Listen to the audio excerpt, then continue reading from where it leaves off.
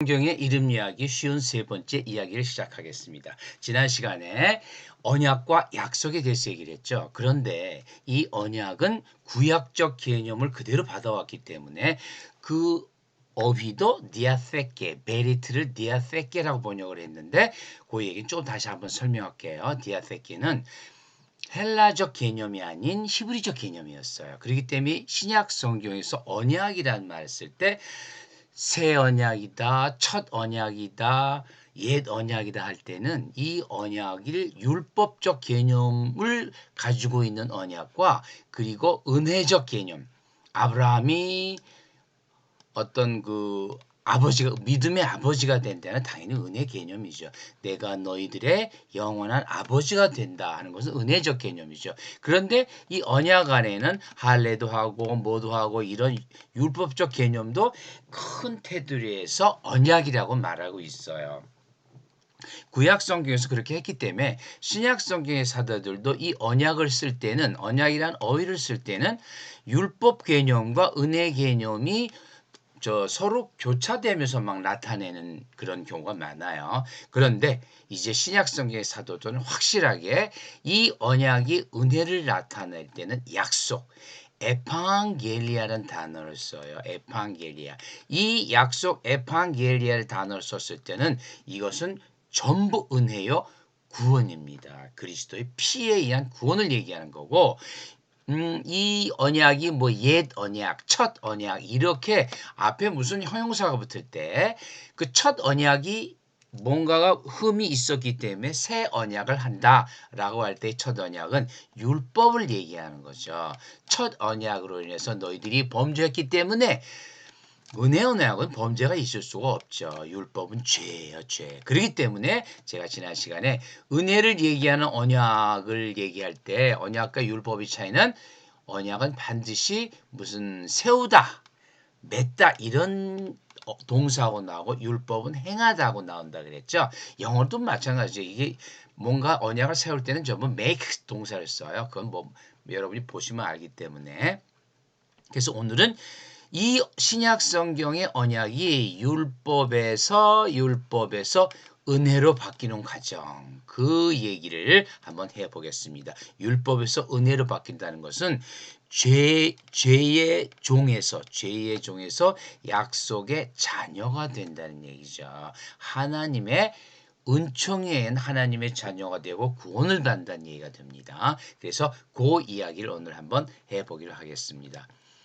지난 시간에 이제 언약, 메리트, 디아페케에 대해서 좀 설명했죠. 근데 조금 어려우셨을 거예요. 이게 조금 제가 생각해도 좀 어려워요. 아주 핵심만 다시 한번 설명하죠. 메리트는 뭐라 그랬죠? 메리트는 자르다예요. 자르다. 이 자르다가 어떻게 도대체 언약이 되냐? 히브리적인 관습이죠. 창세기 15장 10절 아브라함이 여호와 하나님과 언약을 맺을 때 모든 짐승들 양이고 황소고 가져와 가지고 중간을 쪼개고 쪼갠 것을 마주 대하에 놓고 이것이 베리트의 개념이다 그랬죠. 그런데 이것을 디아세케로 옮길 때 디아세케는 쪼개다는 개념은 없어요. 근데 마주 대하여 놓다, 사이에 놓다, 배치하다, 정리하다 이런 개념을 가진 디아세케를 베리트의 번역으로 선정을 했다 그랬죠. 기원 3세기 랍비들이 이것을 베리트를 번역할 때 딴 것은 다 히랍 사람들이 쓰는 것은 번역을 하는 건 좋은데 자기네들의 가장 핵심어의 베리트를 히랍 사람들이 쓰는 쉰바시스라 그래요. 쉰바시스는 뭐냐? 함께 가다, 동의하다, 일치하다 그런 뜻이에요. 그러니까 사실 우리가 협약을 하려고 그러면 둘이 마음이 맞아야죠. 어그리가 되고 함께 뭐 손을 잡고 가든 얻고 가든 가는 거겠죠. 이 쉰바시스인데 이 용어를 쓰지를 않아요. 그리고 히랍 사람들이 협약으로 쓰진 않는 그런 단어 디아페케를 이것은 마주대하에 놓다, 사이에 놓다, 배치하다, 정리하다. 그래서 이 디아세케 용어를 선정을 했다 그런 거죠. 그래서 이 디아세케는 처음부터 헬라적 용어지만 히브리적 개념을 가지고 언약이란 표현이 된 거예요. 조금 어렵죠? 다시 한번 이 디아세케라는 협약이라고 쓰는 신약 성경에서 협약을 쓰는 것은 헬라적 개념이 아니에요. 어휘는 헬라적 개념인데 사이에 놓다, 배치하다, 정리하다, arrangement의 개념인데 이 베리트가 짐승, 희생 제물을 쪼개고 그것을 쫙 옆으로 사이에 마주 대 놓는 그런 배치 정리의 개념이 또 있기 때문에 얘를 뭐라고 썼죠? 베리트의 상대어, 번역어로 선정한 것으로 추정이 되는 거죠. 헬라어의 협약은 걔네들은 이 단어를 쓰질 않아요. 심바시스예요. 심바시스. 그래서 제가 요게 너무 여러분이 골치 아프실까봐 좀 재밌는 예를 하나 골라 왔어요. 심벌 여러분 심벌 다 아시죠? 우리나라의 심벌, 뭐 회사의 심벌, 무슨 학교의 심벌 상징이죠. 이 심벌은 요것도 심이에요. SYM인데 요 Y가 사실은 원수음이에요. 조금 어렵죠? 그러니까 그냥 I로 하면 돼요. I, 심벌, 이 심벌 상징이란 단어는 뭐냐 그러면은 이게 처음부터 상징 그렇게 어려운 단어가 아니에요. 심은 함께라 그랬죠. with 이 볼은 볼론 하면 던지다예요. 그럼 뭘까요? 이 심볼은 함께 던지다 그런 뜻이에요. 함께 던져? 함께 던지는 게 어떻게 상징이 돼? 이것도 헬라적인 문화를 고전 한 2500년 헬라적 문화가 이 심볼을 만들어낸 거죠. 함께 던지다. 누구누구 그때 어떤 아르콘 지도자를 쫓아낼 때 어떤 나무를 던지든 조개를 던지든 패각 뭘 던지든 던졌어요. 그러면 거기다 던져 놓으면은 저 아르콘을 갖다 거부한다 찬성한다라고 같은 편이 되는 거죠. 그러면은 그 던진 나무나 조각을 잘라가지고 두 사람이 앞으로 우리가 한 몇 년 후에 다시 여기 올 줄 모르겠으나 다시 오는 사람에게 우리가 자른 요 조각을 갖고 오기 위해서 서로 맞춰보면은 딱 맞으면 어떻게 돼요? 우리는 같은 편이었다. 우리 아버지는 같은 편이었다. 그걸 알 수 있게 되죠. 그래서 그 같이 던졌다 하는 그 나무 조각을 가진 것이 심벌이에요. 그게 심벌이에요. 그러니까 심벌은 같이 던지다.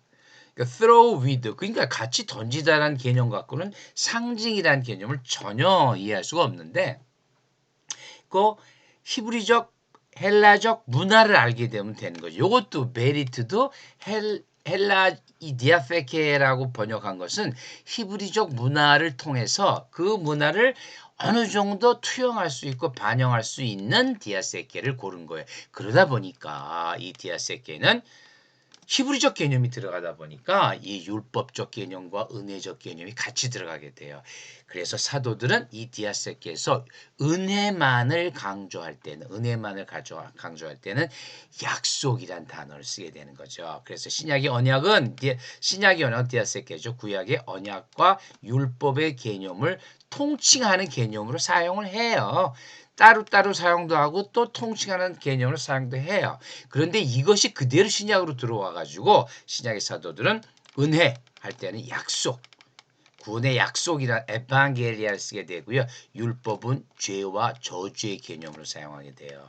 오늘은 요 내용을 한번 설명해 보죠. 어떻게 해서 언약이 은혜의 개념, 율법의 개념을 탈각시켜버리고 은혜의 개념으로 가는가. 그 은혜의 개념은 철저하게 약속, 에판겔리아의 개념으로 나온다라는 것이죠.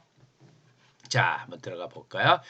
은혜의 개념을 먼저 해보죠. 은혜 언약이라고 했지만 뭐 따로 은혜 언약이라고 용어가 있는 건 아니에요. 제가 갖다 붙인 거예요. 언약이 은혜를 나타낼 때 그것은 디아페케가 은혜를 나타낼 때 이 은혜는 카리스라고 그러는데 그건 나중에 얘기할게요.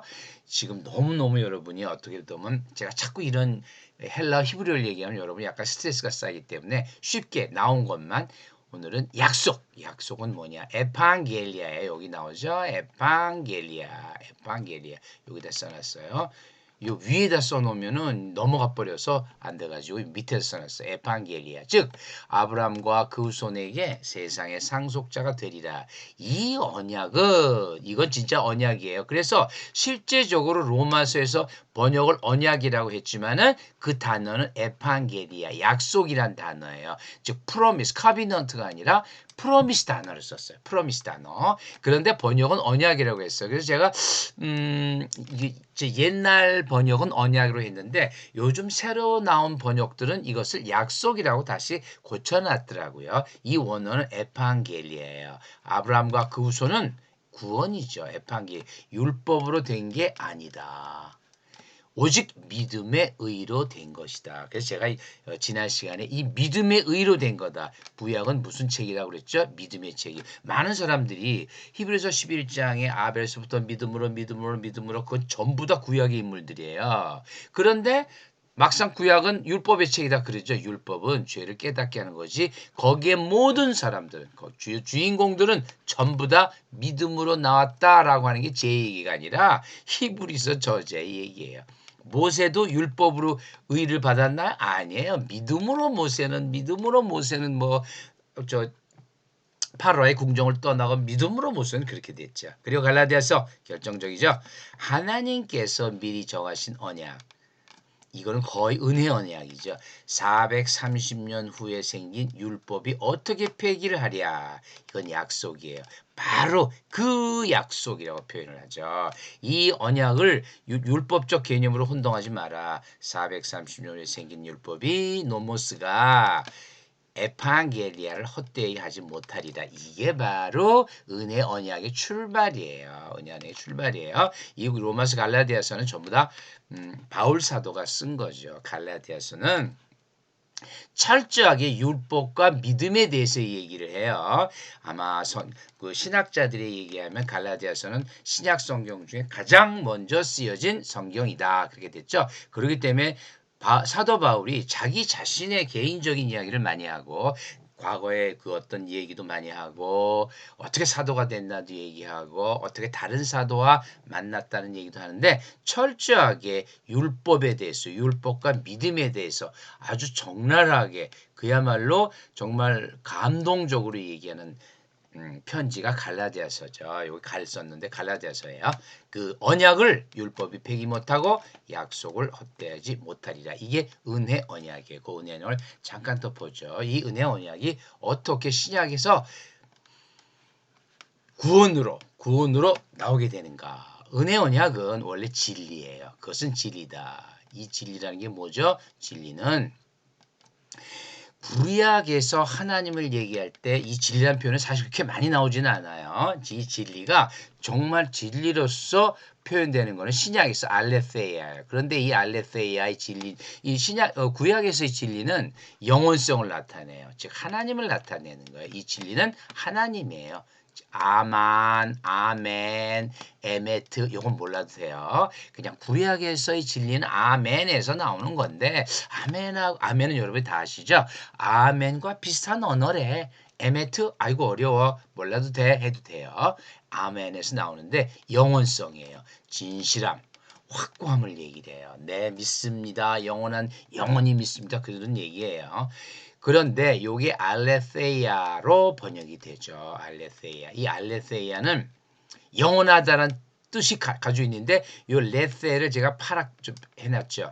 요것은 망각이에요. 이조 변하다, 망각하다 그런데 알레세이아는 변하지 않는 것이에요. 즉 영원성이라는 그런 뜻을 갖기 때문에 요걸 진리로서 그 히브리어 진리를 알레세이아로 간택이 된 거죠. 한마디로 너가 진리를 해라 이렇게 되는 거예요. 그 사람들이 번역할 때 얼마나 힘들게 했겠어요. 알레세이아. 그래서 예수께서 뭐라고 그러죠? 예수께서 그리스도의 강림과 함께 알레세이가 등장하는데 나는 길이요 진리요 생명이다 이렇게 얘기를 하죠. 이 알레세이아가 등장하면서부터 본격적으로 약속이라는 개념이 나올 수밖에 없어요. 이제 알레세이아는 율법이 될 수가 없어요. 이제 언약은 언약이 돼 이제 알레세이아 개념, 진리의 개념이 나오는 순간 이것은 노아와 아브라함은 약속이 되는 거예요. 노아 아브라함 약속하신 거예요. 약속을 세우신 거예요. 그러니까 지난번에 그랬죠. 언약은 반드시 세우다, 만들다, 뭐 맺다. 근데 그 단어는 자르다라 그랬죠. 자르다라 그랬죠. 그것은 자르다라는 것은 사실상 다음 시간에 얘기할 텐데요. 희생 제물을 자르는 것은 뭐죠? 피죠. 거기서 피가 나오죠. 그 피예요, 피. 출애굽할 때 문설주에다 뭐를 바르라 그랬죠? 피예요, 피. 신약에서 이게 뭐가 되죠? 십자가의 피예요, 피. 이 피가 약속이요, 구원이에요. 그래서 그리스도인들은 성경을 보게 되면 구원은 반드시 피의 얘기를 해야 돼요. 뭐 그냥 말로 믿음은 구원이다. 그 믿음이 뭐예요? 피를 믿는 거예요. 그래서 피를 얘기하지 않으면은 구원이 없어요. 출애굽 때 구원과 신약 때 구원은 똑같아요. 피의 피. 그때는 양의 피, 지금은 그리스도의 피. 훨씬 더 완전해진 거죠. 그래서 약속은 반드시 에판겔리아 이제 요거 오늘 한 서너 번 듣고 앞으로 제가 그랬죠. 여러분들은 항상 다른 일을 하시다가 이걸 보시기 때문에 보통 그런 경우 한 20번은 들어야 20번 정도 들어야 이해가 돼요. 아니 이해가 되는 게 아니라 그 어느 어휘가 이제 저게 저거구나 하고 연결이 돼요. 저도 마찬가지예요. 저도 이거 할 때 히브리 헬라어를 처음부터 잘한 사람이야. 지금도 뭐 잘한 건 아니지만은 20번 정도 반복하니까 이게 들리더라고요. 저 전공은 딴 거예요. 프랑스 언어학이라 그랬죠. 이거를 가르치는 사람이 아니에요. 그렇기 때문에 저도 한 20번 하니까 알겠더라고요. 그러니까 여러분도 마찬가지죠. 에판게리아가 구원이다. 구원의 길이에요. 그것이 은혜인 거죠. 은혜로 구원받는 거지 우리가 무슨 행동을 잘해가지고 착해서 그게 아니죠. 우리는 전부 다 죄인이에요. 이사에서 보면은 짐승 같은 죄인들이에요. 이사에서 아주 뭐 강하게 얘기하죠. 자, 그런데 우리가 은혜로서 구원을 받는 거예요. 그래서 신약성경 언약은 이제 율법에서 노모스에서 은혜 여기서 나오죠. 카리스. 여러분 그 카리스마 하면 다 아시죠? 카리스마는 마치 그냥 리더십을 얘기해요. 왜 카리스마가 리더십이 되냐? 예수님이 은혜로 모든 사람을 탁 덮고서 이 죄인을 천국으로 이끌듯이 마치 그래가지고 이게 사람이 자기가 막 카리스마가 있다 이런 식으로 해서 예수님의 은혜를 자기의 리더십으로 이제 좀 언어가 바뀌어져 버렸어요. 어휘가. 근데 이 카리스는 원래 은혜를 뜻하는 거예요. 예수님의 은혜. 율법에서 은혜로. 그러면 율법이 어떤 것이기에 은혜로 갈 수밖에 없었냐. 로마서에 다 나오죠. 이 율법과 은혜에 대해서는 로마서, 갈라디아서 모든 바울의 편지가 바로 그 얘기를 하는 거예요. 사실은 6장 14장을 먼저 14절을 먼저 제가 좀 잘못 읽어도 여기를 보고 저 14절이구나 그렇게 하시면 돼요. 제가 하다 보니까 막 6장 14장 이러네요. 그러니까 그런 것도 많이 있었을 거예요. 근데 보고서 여러분이 이해하시면 돼요. 이렇게 써놨으니까 자 그럼 14절 보면 죄가 너희를 주장하지 못하리니 이는 너희가 법 아래에 있지 않고 율법 아래에 있지 않고 은혜 아래에 있습니다. 이 말이 뭘까요? 율법 아래에 있는 사람은 죄의 주장에 꼼짝 못하는 사람, 죄 아래에 있는 사람이에요. 죄 아래. 그렇기 때문에 율법과 죄를 연결시켜 버려요. 너가 율법 아래에 있니? 그럼 죄 밑에 있는 거야. 거기서는 구원이 없어. 그런 소리죠. 그런데 이제 예수 그리스도가 옴으로 인해서 십자가의 피에 의해서 그걸 믿음으로 너희들은 율법 아래에 있지 않고 은혜 아래에 있다 하고 선언을 하는 거죠. 이 죄가 하마르티아예요. 하마르티아 또 나온 거예요. 그러니까 어려우니까 넘어가죠. 그런데 그 6장 14절 앞에 6장 6절에 뭐라 그랬냐 그러면 우리의 옛사람이 예수와 함께 십자가에 못 박힌 것은 이것은 정말 믿음의 최고의 아주 그 상징이죠. 우리 믿음의 상징이죠. 아까 심벌 얘기했기 때문에 상징이라는 단어 쓰면 믿음의 최고의 상징이죠. 우리의 옛사람, 죄인이죠. 옛사람 뭐예요? 죄인이에요. 그 그리스도를 몰랐던 옛사람, 죄인이에요. 예수와 함께 십자가에 못 박힌 것은 바울 사도 성령이 아니면 어떻게 이런 표현을 할 수 있겠어요? 십자가에 못 박혔대요. 이미 죽었어요. 죄를 죽여버린 거죠. 죄의 몸이 죽었죠. 죄의 몸이 죽었으니까 거기에 기생하던 죄도 죽었죠. 다시는 우리가 죄의 종로로 타지 아니하려 함이니 그렇게 됐죠. 이제는 우리는 은혜 아래에 있다. 그런 말이죠. 은혜 아래에 있다. 그래서 이 에반겔리아의 개념은 구원 이후 은혜예요. 그래서 이 우리가 은혜에 있기 때문에 그럼 뭐죠? 은혜에 있으면 뭐죠? 진리 안에 있다는 거죠. 진리. 이 진리의 개념이 가장 명확하게 드러나는 것은 진리라는 어휘 자체가 신약에 왔어요. 예수 그리스도의 강림과 함께. 그러니까 어떻게 돼요? 죄에게 종로를 타지 아니하려 함이지. 우리는 자유한 자다. 은혜 아래서 우리는 자유한 자. 종은 자유가 있나요? 없나요? 없죠. 그런데 우리는 자유한 자다. 그런 말이죠. 그렇기 때문에 은혜 언약에서 하나님이 얘기했습니다. 예수 그리스도께서 너희가 내 말에 거하면 참으로 내 제자가 되고 진리를 알지니 예수 그리스도를 알게 되면 진리가 예수가 내가 하나님이 너희를 자유롭게 하리라. 그래서요. 은혜 언약, 은혜는 항상 조건이에요. 내 말에 거하면 예수 그리스도가 다시 살아나심을 믿으면 뭐뭐 하면 조건이에요. 그게 은혜예요. 너희들 스스로 와라. 조건을 줄 테니까 와라. 율법은 뭐죠? 무조건 뭐뭐 해라. 명령이에요. 그래서 율법은 명령이고 은혜는 조건이다라는 말이죠. 내 말에 거하면 요한복음에 나오죠. 이건 너무너무 유명한 말이죠. 진리를 알지 진리가 너희를 자유롭게 하리라. 왜 그랬어요? 바울 사도에 보면 너희들이 죄에게 종노릇을 해왔다 그런 말이에요. 죄의 종이었다. 너희들이 종이었다. 죄의 노예였다. 그러니까 예수 그리스도께서 나를 알면은 너희를 자유롭게 한다. 그런 말이죠. 너무너무나 유명한 말이에요. 자, 그래서 율법에서 이제는 은혜에서 율법을 한번 가보죠. 율법을 어떻게 말하느냐? 율법 언약은 죄와 저주예요. 죄와 저주. 율법 언약. 노모스. 이제 율법 언약은 모세와 이스라엘에 해당돼요.